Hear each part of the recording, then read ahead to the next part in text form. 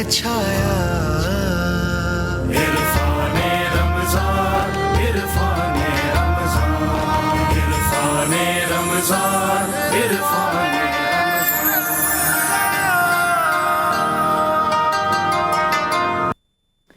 Welcome back. Irfan Ramzan میں نصرت حارث اور اویس ربانی آپ کو ایک بار پھر خوش آمدید کہتے ہیں. اور مہمان رمضان میں ہمارے جو اس وقت مہمان ہیں سب سے پہلے ان سے آپ کی ملاقات کرواتے ہیں, اور پھر جس طرح سے میں نے کہا کہ آگے ہمارا مقابلہ بھی آج سیمی فائنل غالباً شروع ہونے جا رہا ہے, اور اس کے حوالے سے بھی جو ہمارے منصفین ہیں ان سے بھی آپ کی ملاقات کروائیں گے, تقاریر بھی سنیں گے. لیکن سب سے پہلے ہم ویلکم کرتے ہیں, آج ہمارے ساتھ موجود ہیں علی نواز صاحب, جن کا تعلق ہے یہ سی ای او ہیں چیز سیکیورٹیز کے. السلام علیکم. وعلیکم السلام. کیسے ہیں آپ؟ ٹھیک ٹھاک ہیں؟ اور کیونکہ ہم مقابلے کی طرف جب بڑھ جائیں گے تو ہمارا بڑا مشکل ہو جائے گا کہ ہم دوبارہ اسٹاک مارکیٹ کی طرف آئیں, تو کچھ چیزیں جو بہت زیادہ خبروں میں بھی آئیں. سب سے پہلے تو جو موجودہ سیٹ اپ ہے, جیسے ہی انہوں نے اپنا آفس ازیوم کیا ویسے ہی اسٹاک مارکیٹ نے اچھا پرفارم کرنا شروع کر دیا. یہ امید لگائی جا رہی ہے کہ جی اسٹاک مارکیٹ تو پتہ نہیں کہاں چلی جائے گی, اور جب ایک دن میں اتنا فرق آ گیا تو اب آنے والے دنوں میں تو شاید بہت ہی اچھی تبدیلی دیکھیں گے ہم. بالکل. ایکچولی جو پولیٹیکل انسٹیبلٹی تھی پچھلے کافی دنوں سے چل رہی تھی, وہ فیبرری کے اینڈ سے ووٹ آف نو کانفیڈنس اور یہ پولیٹیکل پرابلمس تھے, تو مارکیٹ میں پورے مارچ کے مہینے میں جو ہے وہ بہت ہی عدم استحکام کا شکار رہی مارکیٹ. اور جیسی ہی نئی گورنمنٹ نے کی بات آئی تو مارکیٹ میں ایکسپیکٹیشن آئی کہ اب جو ہم اکانومی سائڈ پہ جو ہم سفر کر رہے ہیں, اور آئی ایم ایف سے پروگرام ہمیں نیگوشیٹ کرنا ہے, ہماری کرنسی ڈی ویلیو ہو رہی تھی, اور ہمیں اکانومی کو سنبھالنے کے لیے کوئی بہت امپورٹنٹ ڈیسیجنس لینے تھے, جو کہ حکومت نہ ہونے کی وجہ سے وہ ڈیسیجنس جو ہے وہ صحیح وقت پر نہیں لیے جا رہے تھے. تو مارکیٹ میں اب یہ ایکسپیکٹیشنس تھی کہ جیسے ہی کوئی نئی گورنمنٹ آتی ہے تو وہ فوری طور پہ جو ہے وہ آئی ایم ایف کے پاس جائے گی, اور وہ کوئی اکنامک پیکج نیگوشیٹ کرے گی, اور اکانومی میں کے لیے جو ڈیسیجنس لینے ہیں وہ وقت پر لے گی, جس کی وجہ سے مارکیٹ میں جو ہے وہ ایک امپروومنٹ آئی. اور آگے بھی ہم یہی امید کرتے ہیں کہ جیسے جیسے یہ حکومت جو ہے وہ اکانومی کے لیے فیصلے لے گی تو آگے بھی مارکیٹ جو ہے وہ. لیکن ابھی کوئی خاطر خواہ چینج نہیں آیا ہے. وہی بات پہ میں دوبارہ اصرار کروں گی کہ پہلے ہی دن ہمیں لگا کہ جی چینج آ گیا ہے, اور اسٹاک مارکیٹ خبروں کی زینت بنی ہے کہ اسٹاک مارکیٹ اوپر چلی گئی ہے. تو کیا وہ ایک آرٹیفیشل انویسٹمنٹ تھی جو مارکیٹ میں آئی تھی, اور اس سے کچھ پوائنٹس ہم اوپر چلے گئے تھے اور اس نے سسٹین نہیں کیا؟